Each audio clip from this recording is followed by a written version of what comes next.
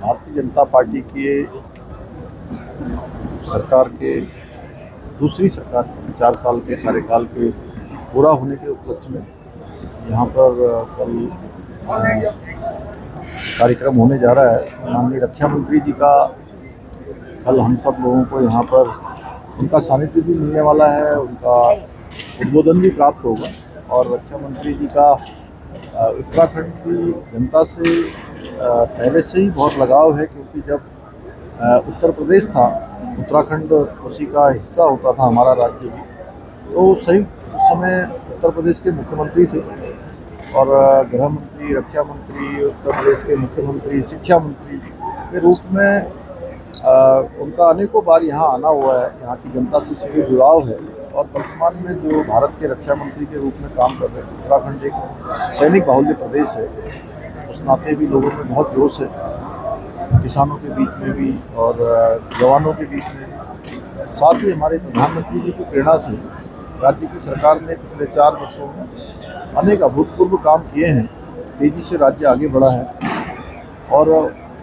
कल इस कार्यक्रम के होने से हमारे सभी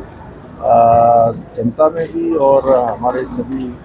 लोगों में भी, कार्यकर्ताओं में भी एक जोश और उत्साह का संचार होगा और तेज गति से जो हमारे प्रधानमंत्री जी ने बाबा केदार के धाम से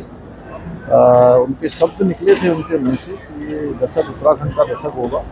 उसको उस दशक को बनाने के लिए कि उत्तराखंड हर क्षेत्र में आगे बढ़े, उत्तराखंड देश का श्रेष्ठ राज्य बने, उस दिशा में हम तेज गति से हमारे प्रधानमंत्री जी की प्रेरणा से काम करेंगे और अंतिम छोर में विकास पहुँचे, ये हमारा संकल्प है। इस संकल्प को और मजबूती से आगे बढ़ाने का काम उत्तराखंड की जनता लगातार कर रही है। इसमें सुरक्षा भी है,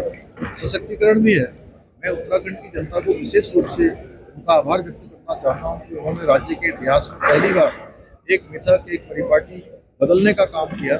कि दोबारा कोई सरकार यहाँ पर लौटकर नहीं आती है, दोबारा सरकार नहीं बनती है। उत्तराखंड की जनता ने एक नया इतिहास बनाया और हमने भी उत्तराखंड की जनता ने जो हमको जिस काम के लिए सरकार ने भेजा वो काम सबसे पहले यहाँ किया और आज उत्तराखंड में लागू हो गया। पूरे देश के लोग इस कानून का लाभ लेंगे आने वाले समय में। आज गुजरात में भी जो है कानून बनने की दिशा में तेज गति से आगे गुजरात भी बढ़ गया है, अन्य प्रदेश भी आगे बढ़ेंगे। और मैं तो पहले ही कह रहा था कि ये गंगोत्री उत्तराखंड से निकली है, इसका लाभ देश के सभी राज्यों को मिलेगा। मैं उत्तराखंड की जनता का विशेष रूप से आभार व्यक्त करना चाहता हूँ कि उनके आशीर्वाद से ही ये संभव है।